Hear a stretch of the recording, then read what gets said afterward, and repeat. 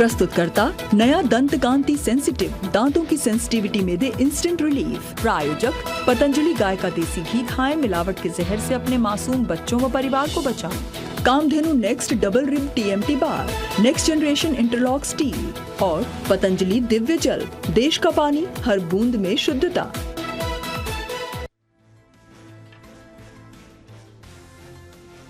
Weekly expiry के दिन दबाव में दिखा बाजार। निफ्टी 30 अंक गिरकर 18,100 के नीचे हुआ बंद।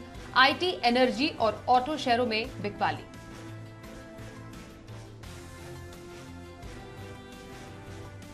यूएस फेड के बाद बैंक ऑफ इंग्लैंड ने भी बढ़ाए ब्याज दरें। 2.25% से बढ़ाकर 3% हुई। ब्याज दरों में 33 साल में सबसे बड़ी बढ़ोतरी। हीरो मोटर और अदानी एंटरप्राइजेज ने पेश किए बाजार के अनुमान के मुताबिक नतीजे। अदानी एंटरप्राइजेज का मुनाफा दोगुने से ज्यादा बढ़ा।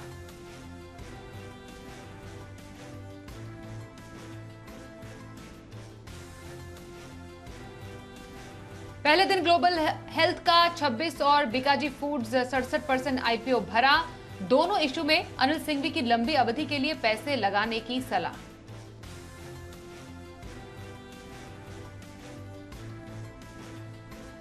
फ्यूजन माइक्रो फाइनेंस का IPO दूसरे दिन अब तक सिर्फ 29% भरा। अनिल सिंघवी की लंबी अवधि के लिए पैसे लगाने की सलाह।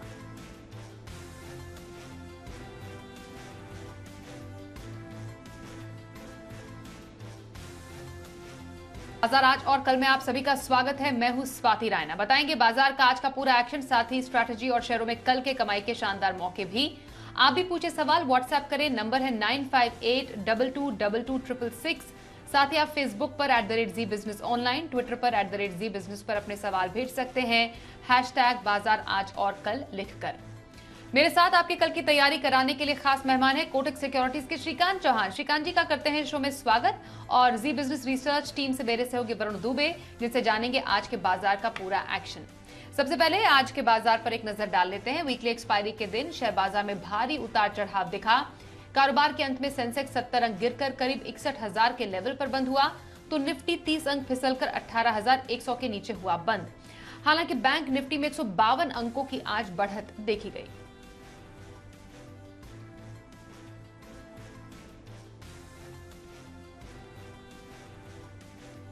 और हमारे सहयोगी वरुण दुबे से अब समझते हैं कि आज के इस बाजार में उतार चढ़ाव की बड़ी वजह क्या रही।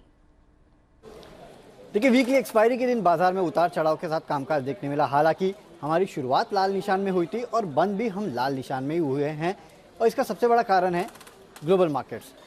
फेड रेट हाइक के बाद पॉवेल साहब की जो स्पीच थी, उसके बाद यूएस के मार्केट्स में दबाव देखने मिला। इसके लिए हमारे मार्केट्स काफ़ी कमजोरी के साथ खुले थे, लेकिन निश्चित तौर से रिकवरी देखने मिली, खासकर बैंक निफ्टी में रिकवरी देखने मिली।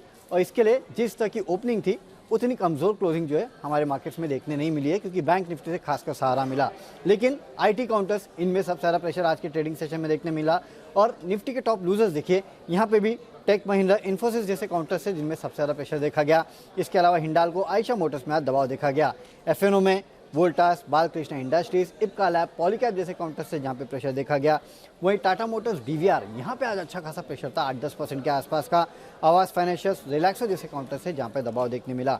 फोकस में एलेंबिक फार्मा था। काफ़ी सारे फार्मा काउंटर्स में तेज़ी थी। एलेंबिक फार्मा को एक अप्रूवल भी मिला, उसका इम्पैक्ट देखने मिला। इसके अलावा पिरामल फार्मा, यहाँ पे भी तेज़ी थी। आज T2T से बाहर आया, उसका इम्पैक्ट। वहीं जयकॉप में अच्छी खासी गिरावट थी, क्योंकि इनके चेयरमैन के खिलाफ यहाँ कुछ केस सामने आया है, उसका कहीं ना कहीं इम्पैक्ट जो है आज जयकॉप पे देखने मिला। इसके लिए इस काउंटर पे दबाव था। निफ्टी के टॉप गेनर्स में देखिए, SBI का काउंटर था। ओवर द वीकेंड नतीजे आने वाले, उसके बाद उसके पहले स्ट्रॉन्ग ट्रेड कर रहा था। टाइटन का भी यही हाल था। इसके अलावा UPL, HUL जैसे काउंटर से जहाँ पे तेज़ी थी। वहीं M&M फाइनेंस आज का FNO का टॉप गेनर और सबसे ज़्यादा लाइमलाइट में रहने वाला काउंटर था, क्योंकि नतीजे आए उसके बाद देखिए स्टॉक में काफ़ी बेहतरीन शॉर्ट कवरिंग रैली देखी गई। वहीं पिरामल एंटरप्राइजेस, PNB, बायोकॉन जैसे काउंटर से जहाँ पे तेज़ी थी। और कैश में अगर आप देखेंगे तो खासकर रेलवे स्टॉक्स, यहाँ पे लगातार तेज़ी देखने मिल रही है। आज भी देखिए राइट्स लिमिटेड 9-10% के आसपास के गेंस थे। इंडिगो पेंट हो, रेमंड हो, ड्रेजिंग कॉप हो, ये तमाम वो स्टॉक्स थे जहाँ पे अच्छी खासी तेज़ी होती है, और काफ़ी सारे स्टॉक्स में नतीजों का भी इम्पैक्ट देखने मिला है। तो कहीं ना कहीं मार्केट में थोड़ी सुस्ती आज ज़रूर देखने मिली, थोड़ी गिरावट के साथ ट्रेड ज़रूर देखने मिला, लेकिन काफ़ी सारा स्टॉक स्पेसिफिक एक्शन देखने मिला है और बैंक निफ्टी यहाँ पे आज काफ़ी बेहतरीन निचले स्तर से रिकवरी देखने मिली, जिसने कहीं ना कहीं बाजार को थोड़ा बहुत संभालने का काम किया है। आइए अब जान लेते हैं संस्थागत निवेशकों की तरफ से क्या आंकड़े सामने आए हैं। सबसे पहले एफआईआईज के आंकड़े देखें। विदेशी संस्थागत निवेशकों ने कैश मार्केट में करीब 677 करोड़ रुपए की खरीदारी की है, तो वहीं डीआईआईज की तरफ से आ रहे हैं 732 करोड़ रुपए की बिकवाली के आंकड़े।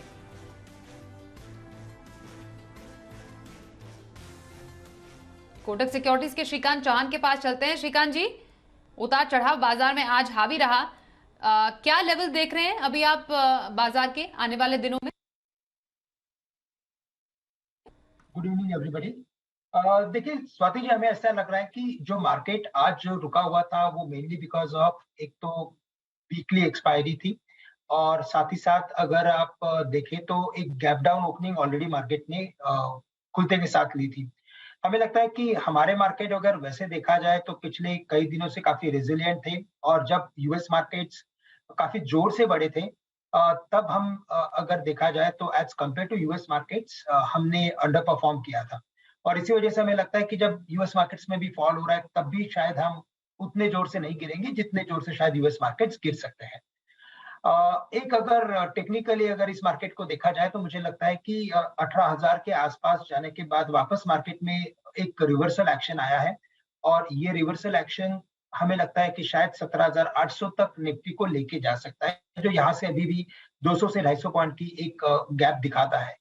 तो हमें लगता है कि कई बार जब मार्केट 18,000 के आसपास फेल हुआ है तो 17,800 के करीब सपोर्ट लेके फिर वहां पे स्टेबलाइज हुआ है और अगर वर्स्ट के सिचुएशन अगर मार्केट में बनती है जैसे कि यूएस मार्केट्स जो काफी बड़े थे इस शॉर्ट टर्म में, अगर वहां पे अगर करेक्शन बढ़ता है तो शायद हम इस मार्केट को एक बार 17,500 तक देख सकते हैं। लेकिन हमें लगता है कि जैसे हमारे रिजल्ट्स आए हैं और जैसे ओवरऑल इस मार्केट में पोजीशंस बनी है, हमें लगता है कि बाय ऑन डिप्स की स्ट्रेटेजी रखे। 17,800 17,600 इन दो लेवल्स के करीब हमें लगता है कि सिलेक्ट स्टॉक्स में खरीदारी करनी चाहिए। इवेंचुअली हमें लगता है कि वापस एक बार मार्केट 17,500 से लेकर 18,500 के रेंज में ट्रेड करते हुए नजर आएगा। ओके, ये तो मार्केट लेवल्स की बात हुई श्रीकांत जी। अब आने वाले समय के लिए कुछ स्टॉक पिक्स पर भी करेंगे चर्चा आपसे। पोजिशनल व्यू किसी को रखना हो तो कौन से स्टॉक पर नजर रखने की आपकी सलाह रहेगी और लॉन्ग टर्म अवधि के लिए कौन सा स्टॉक पोर्टफोलियो में शामिल किया जा सकता है? बिल्कुल, तो देखिए अगर पोजिशनल व्यू रखना है एक मीडियम टर्म व्यू के साथ अगर इस मार्केट में काम करना है तो स्वाति जी हमें लगता है कि फार्मा स्टॉक की फार्मा सेक्टर ये एक ऐसा सेक्टर है कि जहां पे आप कुछ पोजिशनल व्यू ले सकते हो क्योंकि ये एक रिसेशन प्रूफ सेक्टर है और साथ ही साथ हमें लगता है कि जैसे मार्केट में अनसर्टेनिटीज बढ़ी है इन पर्टिकुलर स्टॉक से यानी कि फार्मा स्टॉक से हम एक स्टेडी या एक अपवर्ड सॉर्ट ऑफ एक्टिविटी हम इस पर्टिकुलर सेक्टर से एक्सपेक्ट कर सकते हैं। इनमें कई सारे कंपनीज ने अच्छे नंबर्स भी रिपोर्ट किए हैं। हमें लगता है कि डॉक्टर रेड्डी ये एक शानदार कैंडिडेट है कि जिसे हम लॉन्ग करके चल सकते हैं और हमें लगता है कि ये स्टॉक कम से कम यहाँ से 4,800 से लेकर 4,850 के लेवल्स यानी 4,850 के लेवल्स दिखा सकता है। तो डॉक्टर रेड्डी को लॉन्ग करके चले और यहाँ पे हम स्टॉप लॉस रखेंगे तकरीबन 4450 के करीब का यानी 4,450 का स्टॉप लॉस रखें। एक पोजिशनल व्यू लेना है तो करंट लेवल से ऐड कीजिए 50% और 50% on tips. Okay, positional view के लिए डॉक्टर रेड्डीज लेबोरेटरीज पर खरीदारी की राय आ रही श्रीकांत जी की तरफ से। लॉन्ग टर्म के लिए कौन सा स्टॉक श्रीकांत जी? बिल्कुल, तो देखिए लॉन्ग टर्म के लिए हमें लगता है कि रिलायंस इंडस्ट्रीज यहाँ पे फोकस करें क्योंकि ये एक स्टॉक ऐसा है कि जो निफ्टी 50 में अपने इंपॉर्टेंट सपोर्ट के करीब अवेलेबल है। कई सारे निफ्टी 50 के स्टॉक्स अपने इंपॉर्टेंट रेजिस्टेंस के करीब आ चुके हैं और कुछ एक आईटी कंपनीज जहां पे अभी भी अनसर्टेनिटीज बनी है तो वहां पे हमें लगता है कि थोड़ा अगर फोकस आईटी से अगर उठाना है तो हमें लगता है कि रिलायंस इंडस्ट्रीज एक स्ट्रॉन्ग कैंडिडेट है जिसे हम खरीद के चल सकते हैं। हमें लगता है कि यहाँ से अगर एक साल का व्यू रखते हैं तो हमें लगता है ये स्टॉक 3,000 से लेकर 3,050 के लेवल्स दिखा सकता है। सो फॉर 3,050 के लिए रिलायंस इंडस्ट्रीज को खरीद के चले। 2,400 का स्टॉप लॉस रखें अगर ट्रेडिंग व्यू के हिसाब से अगर खरीदना है तो, बट अगर इन्वेस्टमेंट्स करनी है तो बिल्कुल रिलायंस इंडस्ट्रीज यहाँ से हम इन्वेस्ट करके चल सकते हैं। लॉन्ग टर्म के लिए रिलायंस इंडस्ट्रीज में खरीदारी की राय श्रीकांत चौहान की। पहले कॉलर से बात करते हैं, वापिस से चंद्र प्रकाश यादव हमारे साथ है। चंद्र प्रकाश जी स्वागत करते हैं, बताइए आपका कौन से स्टॉक पर सवाल है? Ma'am Apollo hospital. ओके, कितने शेयर और क्या खरीद है? एक मैम 461 पे लिया था मैम, 4641 पे है, 250 क्वांटिटी। 250 क्वांटिटी आपके पास, लगभग 4640 का भाव आप बता रहे हैं अपोलो हॉस्पिटल्स पर है। और कितने समय तक आप इसको होल्ड करके रख सकते हैं? मैम मैं तो मार्जिन पे लिया था, अभी क्या बोलो, अभी क्या लगता है एक्चुअल प्राइस पे आ पाएगा या फिर सेल कर देना? एक्चुअल प्राइस पर आ पाएगा, सलाह दीजिए श्रीकांत जी, क्या करें अपोलो हॉस्पिटल्स में?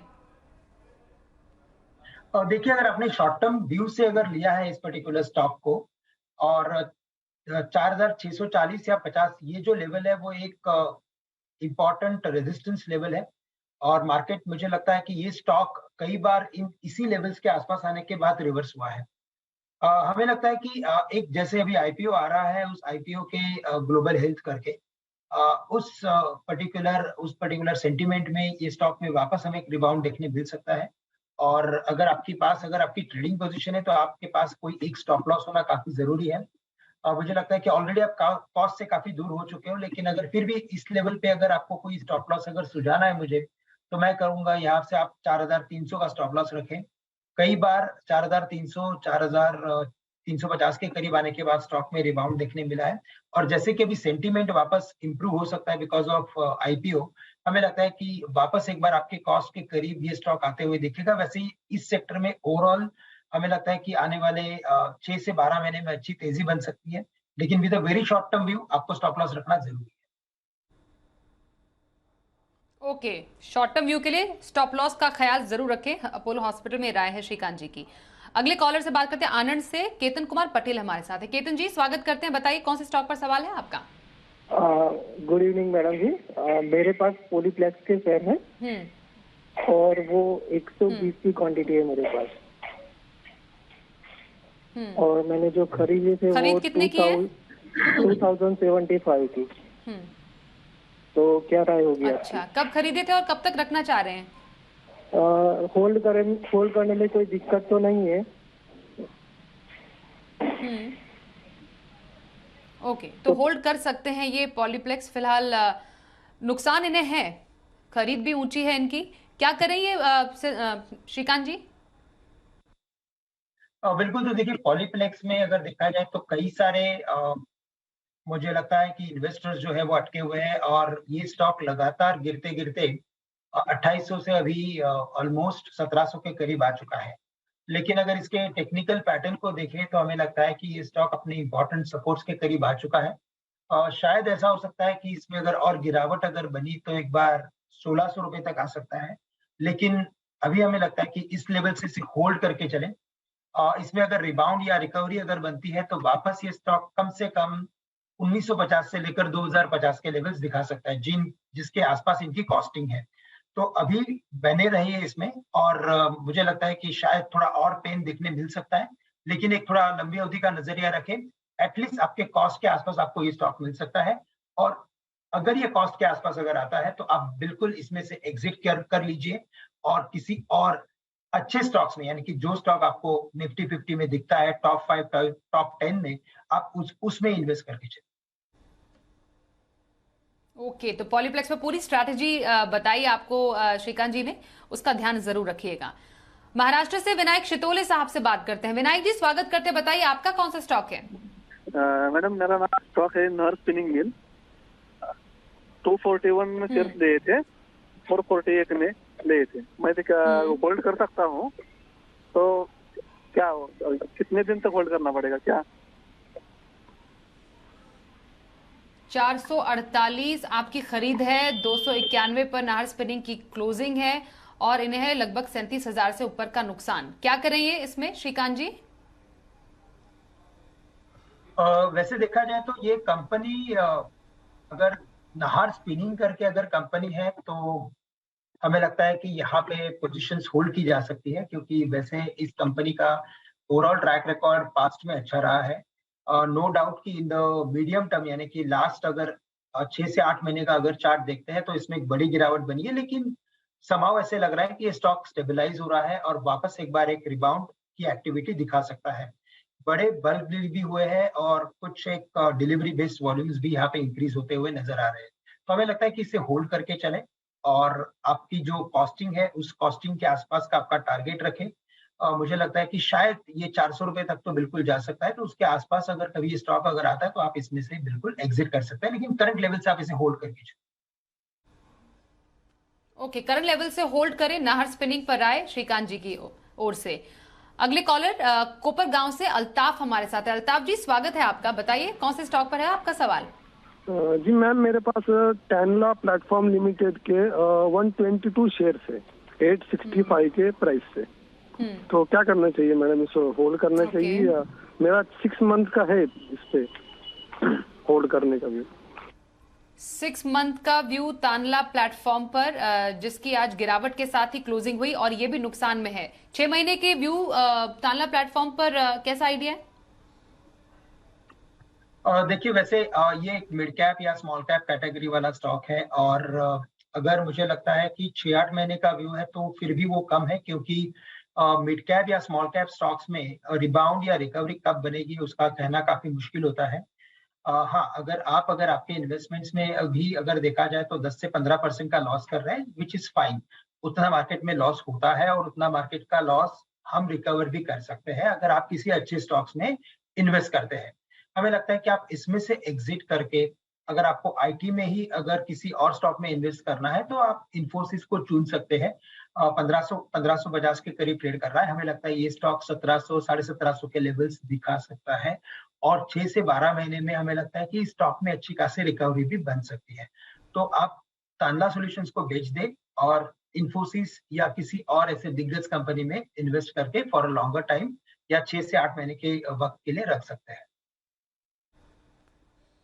ओके, तानला प्लेटफॉर्म से निकल जाने की सलाह आपके लिए आ रही है हमारे एक्सपर्ट श्रीकांत चौहान की ओर से, उसका ध्यान जरूर रखिएगा। और ऑल्टरनेट स्टॉक्स जिन्होंने बताए हैं उसमें आप खरीदारी के मौके तलाश सकते हैं। आगरा से जतिन सिंह से बात करते हैं। जतिन जी, वेलकम, बताइए आपका कौन सा स्टॉक है? जतिन जी सुन पा रहे हैं? ओके, पीएनबी पर सवाल ये पूछ रहे थे। 5000 शेयर इनके पास है, 44 है इनकी इस पर खरीद और कुछ नुकसान पर जरूर है, लेकिन पीएनबी आज अच्छे बढ़त के साथ बंद हुआ। बैंकिंग शेयरों में बेसिकली हमने एक अच्छी बढ़त आज देखी। इनका व्यू तो हमें मालूम नहीं, पर पीएनबी में अभी ये क्या स्ट्रैटेजी रख सकते हैं? बिल्कुल, अगर इनकी 44 की अगर खरीदी है तो कुछ दिन पहले ये 44 के करीब आया था स्वाति जी, और उसके बाद इसमें गिरावट आई है। बट हमें ऐसा लगता है कि अगर इस मार्केट में जहाँ पे अनसर्टेनिटीज काफी सारी है और मार्केट भी 18,000 के करीब आ चुका है, बैंक निफ्टी भी अगर आप देखें तो प्रीवियस हाई के काफी नजदीक आ चुका है, तो ऐसे मार्केट में आपके इन्वेस्टमेंट्स लार्ज कैप कंपनीज में होने चाहिए, ना कि स्मॉल कैप या मिड साइज कंपनीज में। नो डाउट कि पीएनबी एक टॉप 3 बैंक के अंदर शामिल होती थी, लेकिन अभी पिछले कई सालों से because of some reason, fundamental reason, ये स्टॉक काफी गिरा था। तो हमें लगता है कि अगर आप कॉस्ट के काफी नजदीक हो और अगर आपके कॉस्ट के आसपास अगर ये स्टॉक आता है तो आप बिल्कुल इसमें से एग्जिट करके या तो आप स्टेट बैंक लेके रखिए या तो आप आईसीआईसीआई बैंक लेके रखिए। वहां पे आपको काफी सारे और ट्रेडिंग करने के भी मौके मिलेंगे और at the same time long term का भी जो आपका इन्वेस्टमेंट होगा वो काफी सिक्योर होगा। तो हमें लगता है कि कॉस्ट के आसपास आप एग्जिट कर लीजिए और दिग्गज स्टॉक्स में आप इन्वेस्ट कर सकते हैं। जानते हैं वायदा बाजा में ऑप्शन की क्या रणनीति आप अपना सकते हैं कल का ऑप्शन में।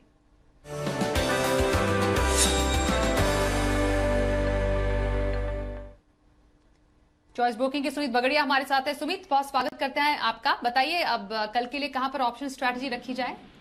नमस्कार स्वाति, गुड इवनिंग। कल के लिए 2 ऑप्शन रणनीति है मेरे पास, दोनों तेजी के तरफ का है। तो कल के लिए जो ऑप्शन में पहला स्टॉक लेना है वो है एसबीआई का 580 का कॉल 21 रुपए के आसपास लेना है। 15 रुपए का इसके अंदर स्टॉप लॉस लगाए और ऊपर में टारगेट देखने को मिलेगा 28 रुपए से लेके 30 रुपए तक का। दूसरा जो स्टॉक है कल के लिए वो है पीडीलाइट में 2650 का कॉल 50 रुपए के आसपास लेने का सलाह रहेगा। 30 रुपए का इसके अंदर स्टॉप लॉस लगाए और ऊपर में टारगेट 70 रुपए से लेके 80 रुपए तक के देखने को मिल सकते हैं। ये दो स्ट्रेटेजी कल के लिए रहेगी, 1 से 2 दिनों में इनके टारगेट देखने को मिल सकते हैं, तो खरीदारी कर सकते हैं SBI और पीडीलाइट। धन्यवाद करेंगे सुमित जी आपका कल के लिए ऑप्शन स्ट्रैटेजी बताने के लिए। और श्रीकांत जी आपसे जानेंगे अब कल की आपकी इंट्राडे पिक कौन सी रहेगी? बिल्कुल, तो देखिए अगर शॉर्ट टर्म के व्यू से अगर कुछ करना है तो मुझे लगता है कि केमिकल सेक्टर से कोई स्टॉक को चुनना चाहिए, क्योंकि वहां के जो नंबर्स आए थे वो काफी अच्छे थे। स्पेशलिटी केमिकल्स में हमें लगता है कि एक ट्रेंड डेवलप हो रहा है और शायद जो स्टॉक्स है वो अच्छे रिटर्न्स दे सकते हैं। अल्कली अमाइंस एक स्टॉक ऐसा है कि जिसे हम लॉन्ग करके चलेंगे, 3030 3040 के करीब का बंद है, और अगर यहाँ पे अगर लॉन्ग पोजीशंस बनाते हैं तो आपका जो स्टॉप लॉस होना चाहिए वो तकरीबन 2980 के करीब का होना चाहिए, जो 50 रुपए के आसपास का स्टॉप लॉस रहेगा, लेकिन टारगेट्स रहेंगे तकरीबन 3200 के करीब के। तो अल्काइल अमाइंस ये एक स्टॉक ऐसा है जो शॉर्ट टर्म में आप खरीद के चल सकते हैं। शॉर्ट टर्म के लिए अल्काइल अमाइंस में खरीदारी की सलाह श्रीकांत चौहान की। बहुत धन्यवाद करेंगे आप हमारे साथ शो में शामिल हुए। बाजार आज और कल में बस इतना ही।